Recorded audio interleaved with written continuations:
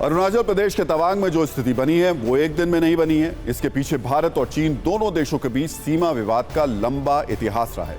बार बार चीन और भारत के बीच सीमा पर इस तरीके का संघर्ष क्यों होता है, इसे समझने के लिए दोनों देशों की सीमा को और इसके इतिहास को बहुत डिटेल में समझने की जरूरत है। भारत अपने सबसे बड़ा बॉर्डर बांग्लादेश के साथ साझा करता है। दूसरे नंबर पर चीन है, जिसके साथ भारत का दूसरा सबसे लंबा बॉर्डर है। भारत और चीन के बीच करीब 3,488 किलोमीटर का बॉर्डर है। इसे LAC यानी लाइन ऑफ एक्चुअल कंट्रोल कहा गया है। यह कोई स्पष्ट लकीर नहीं है, दोनों देशों के अलग अलग दावे हैं। मतलब जिसका जिस जगह पर कंट्रोल है।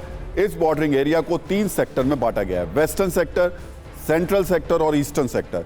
वेस्टर्न सेक्टर में लद्दाख का इलाका आता है, सेंट्रल सेक्टर में LAC हिमाचल प्रदेश और उत्तराखंड में चीन से लगती है। ईस्टर्न सेक्टर में सिक्किम और अरुणाचल प्रदेश का इलाका है। चीन की सेना PLA के साथ 9 दिसंबर को जो संघर्ष हुआ वो ईस्टर्न सेक्टर के तवांग में हुआ था। देखिए, ये वो जगह है जहां चीन के सैनिक भारतीय इलाके में घुसपैठ की कोशिश कर रहे थे। वो यहां पर कब्जा करना चाहते थे, जिसे भारतीय जवानों ने कामयाब नहीं होने दिया। तो यूं ही चीन बार बार बॉर्डर पर हमसे पिटने नहीं आता है।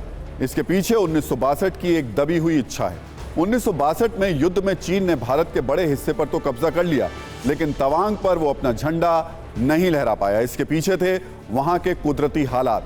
आज भी वो बिल्कुल वैसे ही हैं। जिन 4 राज्यों और 1 केंद्र शासित प्रदेश से होकर चीन की सीमा गुजरती है, वहां साल के ज्यादातर समय बर्फ जमी रहती है।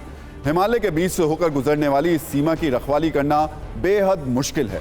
उत्तराखंड के चमोली और हिमाचल के किन्नौर में कई भारतीय पोस्ट बर्फबारी के कारण अक्टूबर से अप्रैल तक सड़क मार्ग से कट जाती है। 1962 के युद्ध में चीन ने इन परिस्थितियों का बहुत फायदा उठाया था। भारतीय सैनिक इतनी ऊंचाई और सर्दी में लड़ने के लिए पूरी तरीके से ट्रेंड नहीं थे। उनके पास गर्म कपड़े और सैन्य साजो सामान की कमी थी। 1962 में चीन के साथ हुए युद्ध में भारत की हार की वजहों में से एक बड़ी वजह यह भी थी, और इसके अलावा था वो धोखा जिसके लिए चीन कुख्यात है। वो मुंह पर शांति की बातें करता है और पीठ पीछे वार करके जमीन हथियाता है।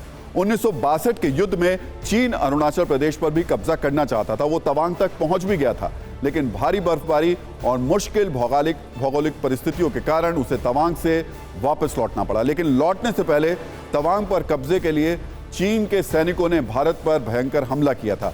तवांग युद्ध की कहानी आज भी रोंगटे खड़े करने वाली है। तवांग में मोर्चे पर तैनात भारतीय सैनिकों पर चीन ने धोखे से हमला किया। उस हमले में भारत के 800 जवान शहीद हुए। 1000 जवानों को चीन ने बंदी बना लिया था, लेकिन भारतीय जवान आखिरी सांस तक डटे रहे। भारतीय सेना का साहस और मौसमी परिस्थिति के कारण चीन तवांग पर कब्जा नहीं कर पाया, और तभी से चीन समय समय पर तवांग में घुसपैठ करता रहता है, लेकिन भारतीय जवान उसे टिकने नहीं देते। तो तवांग पर कब्जे के पीछे चीन का तिब्बत वाला एंगल भी है। चीन दुनिया के सामने यह दावा करता रहता है कि तिब्बत चीन का हिस्सा है, लेकिन दुनिया का कोई भी देश चीन के इस दावे को मानता नहीं है। अरुणाचल प्रदेश और तवांग को चीन को दक्षिण तिब्बत कहता है।